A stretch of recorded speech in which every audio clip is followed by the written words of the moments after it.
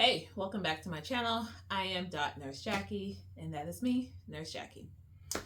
All right, so we're way past counting weeks, but I have been working as a women's health nurse practitioner for about 3 months now. I know, time has gone by really fast. In one way, time has gone by really fast. In another way, I'm like, it's only been 3 months because I really feel so comfortable and like this is what I'm supposed to be doing that it feels like I've been doing this for way longer than 3 months. Like the ease and the confidence that I have when I'm talking to patients, and it's only God, because patients ask me questions and I'm like, when I'm reading over charts before I go in, I'm like, how am I supposed to answer this? And I go in there and I'm talking to them and it's like God just downloads the information that I need to give to the patient.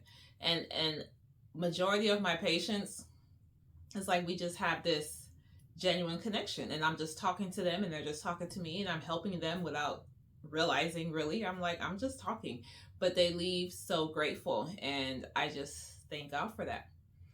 This transition has been amazing and I thank God for that. But anyway, so this past week was a busy week and it was a really good week. Did a lot of great things.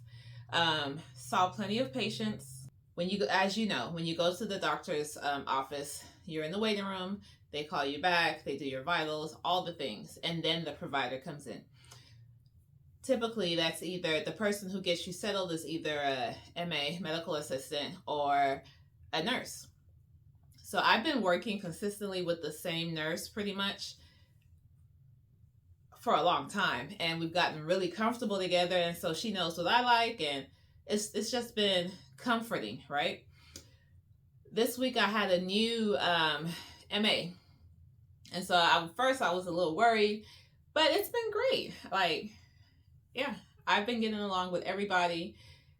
It's really just been great. The whole transition from getting to know the other staff members to feeling comfortable with my patients to feeling supported by my doctors, everything has been wonderful. So I did start out this week with a different MA than I'm used to. I think I got she's not my MA because they're supposed to switch every couple of weeks, but I've just worked with her for so long I call her mine. So I did get mine back towards the end of the week, and I actually had two. So I actually had two MAs working with me towards the end of the week. The neuro one I started with at the beginning of the week, which is great. I have her next week. And then my MA, which she won't be mine next week, but it's okay. So this week was the week back after Thanksgiving. So Monday was rough. I enjoyed being off on Friday. It was a long weekend. I got plenty of rest. But then Monday, it was like, oh my gosh, I need coffee. When I first made the transition, I was always tired. I drank like maybe 3 cups of coffee in a day. Then eventually, I didn't need coffee anymore. I had got into the groove. I was in my routine. But Monday, yeah, I needed my midday coffee. But we made it. It was good. It was fine. We survived Monday, the first day. So this was my first experience of having a Monday or a first day back after a holiday. It was a little rough, but we made it. Like, the patients were great, but me, I was tired, but we made it. So that's good. By the end of the week, my coffee intake was back down to almost normal. So on Monday, first day back, besides the whole coffee intake increasing, I had to play catch up. So all of my messages, patients can message us on our portal, emails, text messages through the portal, all of my lab results that I have to go through, all of my mammograms that have come in, all of work, like everything that I normally check daily had piled up. So Wednesday, Thursday, Friday, like I had so many messages to go through. So in between patients on Monday, I tried my best to go through all of those, but then I finally finished it Tuesday. Yeah. Since I started, like when I was in orientation, I was following different people. You know, I was told that it can pile up and you feel overwhelmed because you get behind. I have been doing my best to stay on top of it, and I had been staying on top of it, but coming back on Monday after a holiday and I saw it pile up, I was like, yeah, I can't let this happen. So holidays, is the exception because I'm not there. But I do not plan on being one of those that lets their messages and labs and everything pile up to where, because that was stressful. I'm like, I don't like, I work like off of a check off my list system. That's just how I live my life. And so when I see the numbers go up throughout the day, like 7 labs came through, or you have this many messages, like I'm going to clear them before I go home. And so to see it pile up so high, I was like, yeah, we not going to let this happen. So yeah, I am definitely, if you message me, you will definitely get a response from me within 1 to 2 days. I am not the one who lets it pile up and up and up. I can't live my life on the edge like that. I need my numbers to be at 0 before I go home. I need to check off all the boxes. So that was interesting. And the crazy thing is, I've seen other people, other coworkers, and like their numbers were a lot higher than mine was because I came back from a holiday. I don't know how they can live life like that. I would be stressed going home and I had 50 messages that I hadn't answered. But anyways, finally got that cleared. It took a day and a half, but we got it cleared. Over the course of my transition, I guess, or my career, doing well woman exams is like a norm. I don't think I've ever had a day where I haven't done a well woman exam, which means PAPS. Not every well woman exam requires a pap smear, but majority of the time I'm doing a pap smear. So Monday, I had a couple of well womans throughout the day, but nobody needed a pap smear. I was like, am I really going to make it through a day without doing a pap smear? But I think around 3 o'clock, I had to do a pap smear. I was like, oh, but I only did one Monday. That I was like, wow, that's never happened before. But then, so that was Monday. Then Tuesday, I had my friend come in and see me. That's my first appointment with a friend of mine, like, from before work, from outside of work. A childhood friend decided to make me her provider, and that was great. I saw her, took care of her, and then we got to catch up also. So that was great. Before I was nervous at the thought of, taking care of a friend or a family member. I don't know why. But now I welcome all of my friends and family members. If you need a women's health nurse practitioner, come on by. I can help you. Okay, so yeah, Tuesday was good. I saw my friend. We got to catch up and take care of her medical needs. So that's a win. Especially nowadays as we're older with kids. The crazy part is it took an appointment, a healthcare appointment, for us to be able to get together and catch up. That's crazy.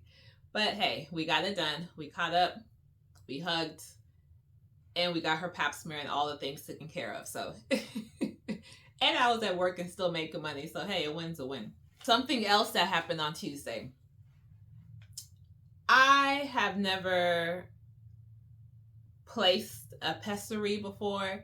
Before I came to work here, I never even knew what a pessary was.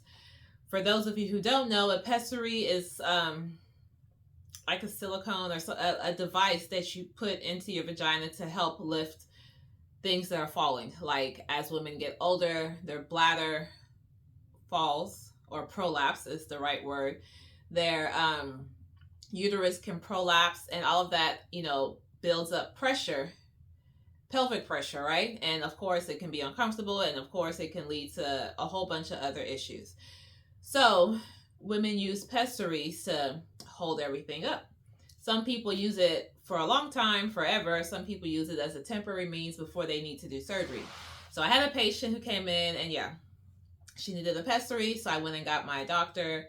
I went and got my supporting doctor. He came in, pulled out the pessary kit, showed us how to use it. You have to get sized. We did all the things, and he went and got the right one that she needed. And he was like, yeah. your turn, put it in. I was like, oh, okay. So the patient and I learned together. I inserted it for her, gave her some information, and then, other stuff that had to be done in that exam. But that was my first time putting in a pessary. I did that, so can check that off the box. Like, I'm really just learning a whole lot and doing a whole bunch of different things I never thought I'd be doing here. But like I said, it's going good, so we're going to keep on trucking. Oh, okay.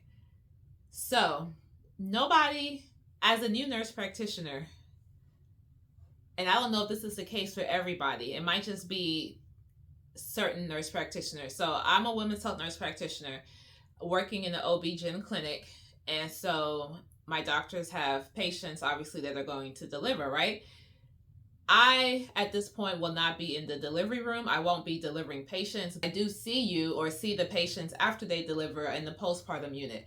So because of that, I need to have, I need to have privileges in the hospitals that we go to, right? So I have to get credentialed. Oh my gosh, this credentialing process, nobody warned me about it. Nobody told me about it. It is a little stressful. Been here about 3 months.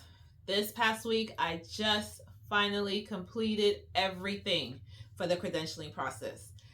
So now they have to submit it. So we work at 2 different hospitals or have privileges with 2 different hospitals. One hospital has sent it off. They sent me an email that we have everything that we need finally.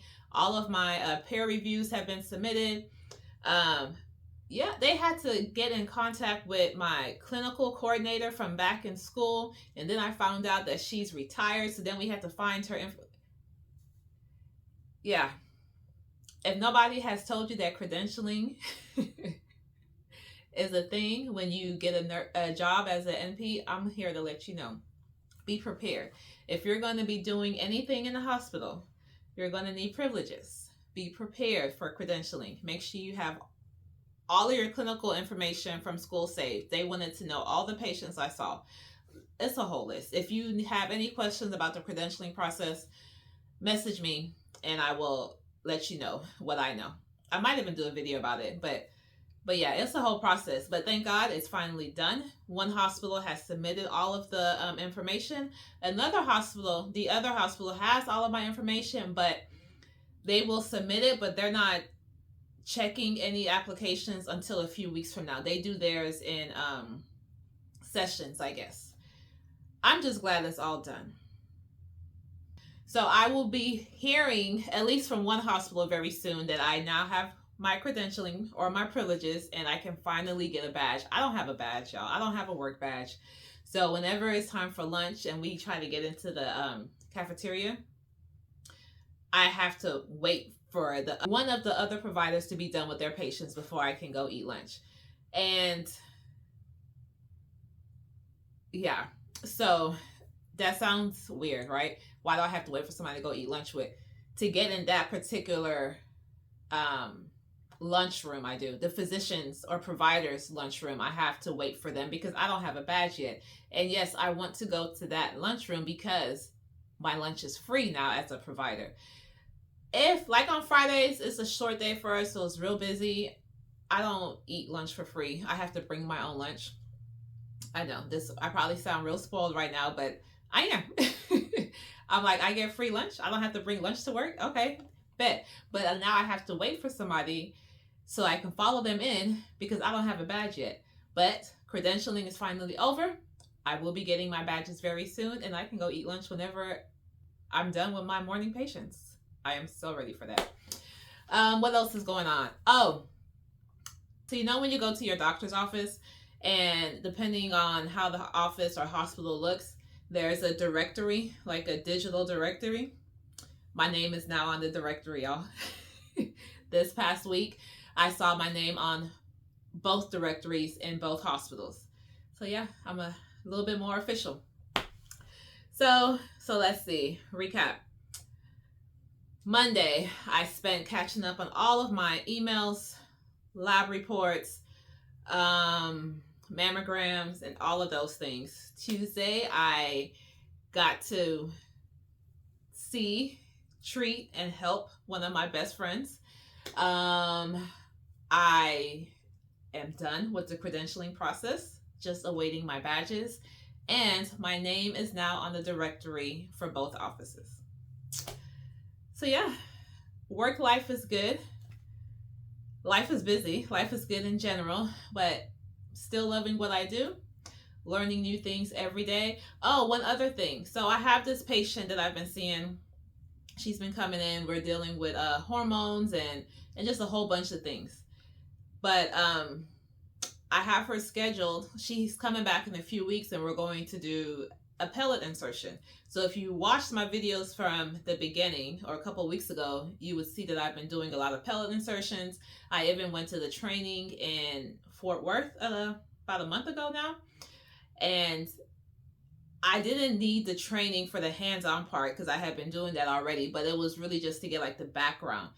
And so once I did the training, I was super excited to come back and do some pellets because now I had like some really strong foundation and information to give. And I have not had another pellet insertion patient. So I was super excited that I finally have one scheduled. It's been a little while, but I'm so excited to be able to do pellets again. I know not everybody's crazy about hormone replacement therapy. I obviously talk about hormone replacement and non-hormonal options with all of my patients. Some patients prefer hormones, some patients prefer non. And I'm okay with that. I'm just going to give you all of the information, just like when I was a labor and delivery nurse. Some patients wanted the epidural, some patients did not. I treated both. However you want it to be treated. I'm going to give you all the information for both options. I'm excited about pellets and this hormone replacement therapy and pellets as an option for that, especially based off all the information that I have learned, and I like doing them. So a lot of people are a little hesitant or scared when I use the word procedure, but it's really simple. It should be painless. And I'm just glad that I get to start doing them again. Hopefully I'll get more opportunities to keep doing them. And I'm just excited for where God has taken me, everything that I'm learning on this journey. I hope you guys are learning something during my videos. If you have any questions, let me know. If you're about to graduate from school and you have any questions on the next steps, let me know in the comments and I'll try my best to help you. But anyways, y'all have a great weekend and I will see y'all next week when I check in.